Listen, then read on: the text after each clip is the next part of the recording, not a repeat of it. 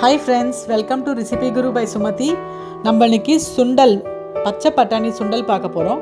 ஆனால் கொஞ்சம் டிஃப்ரெண்ட்டாக அவல் சேர்த்து பார்க்க போகிறோம்.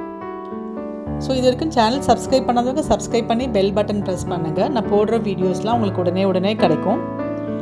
ஆல்சோ என்னோட Insta handle recipe guru by Sumathi account follow பண்ணுங்கள். அது நிறைய குக்கிங் டிப்ஸ் கொடுக்குறேன் அண்ட் ஆல்சோ அப்டேட்ஸ் கொடுக்குறேன். உங்களுக்கு யூஸ்ஃபுல்லாக இருக்கும். வீடியோ கடைசி வரைக்கும் பாருங்கள். பிடிச்சிருந்தா தம்ஸ் அப் கொடுங்க. இப்போ வீடியோக்குள்ளே போகலாம். நான் பச்சை பட்டாணி ஒரு 6 hours ஊற வச்சுருக்கேன். இப்போ நம்ம அதை வேக வச்சுக்கலாம். நல்லா கலைஞ்சி அந்த தண்ணியை கொட்டிட்டு ஃப்ரெஷ்ஷாக வர தண்ணி கொட்டி இப்போ நம்ம வேக வைக்கலாம். ஸோ அது முழுகிற அளவுக்கு தண்ணி கொட்டி மேலே எக்ஸ்ட்ரா 1 டம்ளர் எக்ஸ்ட்ரா தண்ணி கொட்டுங்க. இப்போ நான் டைரெக்டாக வைக்கிறதுனால 2 விசிலில் நான் அணைச்சிடுறேன். நீங்கள் பாத்திரத்துக்குள்ளே வச்சிங்கன்னா 4 விசில் வைங்க. ஸோ இப்போ நான் அணைச்சி திறந்து பார்த்தா இப்போ பட்டாணி வெந்தாச்சு. இப்போ நான் ஒரு பிடி அளவுக்கு அவல் எடுத்து அதை தண்ணி போட்டு கலைஞ்சி எடுத்து வச்சுட்டுருக்கேன். இது நம்ம சேர்க்க போகிறோம். இந்த பட்டாணியில் இருக்கிற தண்ணியை இப்போ நம்ம வடிகட்டலாம். ஸோ வடிகட்டி அதை எடுத்து வச்சுட்டுருக்கேன். இப்போ அடுப்பில் நம்ம ஒரு பேன் போட்டு ஒரு 2 ஸ்பூன் அளவுக்கு எண்ணெய் குத்த போகிறோம். ஸோ இப்போ எண்ணெய் இது மாதிரி ஒரு 2 ஸ்பூன் குத்தினா போதும்.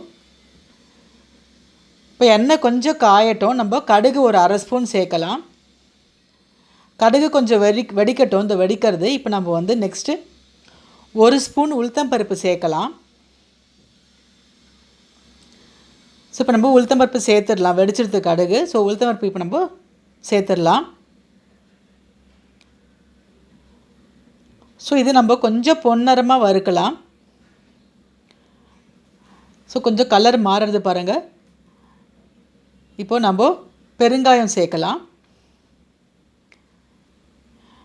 இப்போ நம்ம இதோட வேக வச்ச அந்த வடிகட்டின பட்டாணியை சேர்த்துடலாம். ஸோ கொஞ்சம் நல்லா மிக்ஸ் பண்ணிக்கோங்க. இப்போ சால்ட் 1/2 ஸ்பூனுக்கு கொஞ்சம் கம்மியாகவே சால்ட் போடுறேன். உங்களுக்கு வேணுன்ற அளவு போட்டுக்கோங்க. அதே மாதிரி மிளகாய் பொடியும் ஒரு 1/2 ஸ்பூனுக்கு கம்மியாக போடுறேன். கொஞ்சம் மஞ்சள் பொடி இதெல்லாம் போட்டு நல்லா மிக்ஸ் பண்ணிக்கோங்க. இப்போ நம்ம கலைஞ்சி வச்சுருக்க அந்த அவலை சேர்த்துக்கலாம். ஸோ அந்த அவலை நான் போடுறேன். உங்களுக்கு கொஞ்சம் நல்லா க்ரன்ச்சியாக வேணும்னா இந்த சமயத்தில் நீங்கள் கரெக்டாக அதை வாஷ் பண்ணி போடுங்க. அவலில் மண் இருக்கும், அதனால் கண்டிப்பாக அலம்பி போடணும். கொஞ்சம் க்ரன்ச்சி வேண்டானாக்கா முன்னாடியே அலம்பி வச்சிடலாம் அவலை. இப்போ நான் ஒரு பிடி தேங்காய் போடுறேன். அவ்வளோதான், நம்மளோட சுண்டல் சூப்பராக ரெடி ஆகிடுது. அவல் அண்ட் பட்டாணி சுண்டல் ரெடி ஆகிடுது. இது கொஞ்சம் டேஸ்ட் டிஃப்ரெண்ட்டாக இருக்கும் அண்ட் ஃபில்லிங்காக இருக்கும். சாயங்காலம் ஒரு டிஃபன் மாதிரி கூட நீங்கள் இதை எடுத்துக்கலாம். கொஞ்சம் நல்லா ஃபில்லிங்காக இருக்கும். கண்டிப்பாக இது பண்ணி பாருங்கள். பிடிச்சிருந்ததுன்னா லைக் பண்ணுங்கள் அண்ட் தம்ஸ் அப் கொடுங்க. அண்ட் ஃப்ரெண்ட்ஸ் அண்ட் ரிலேட்டிவ்ஸோடு ஷேர் பண்ணுங்கள்.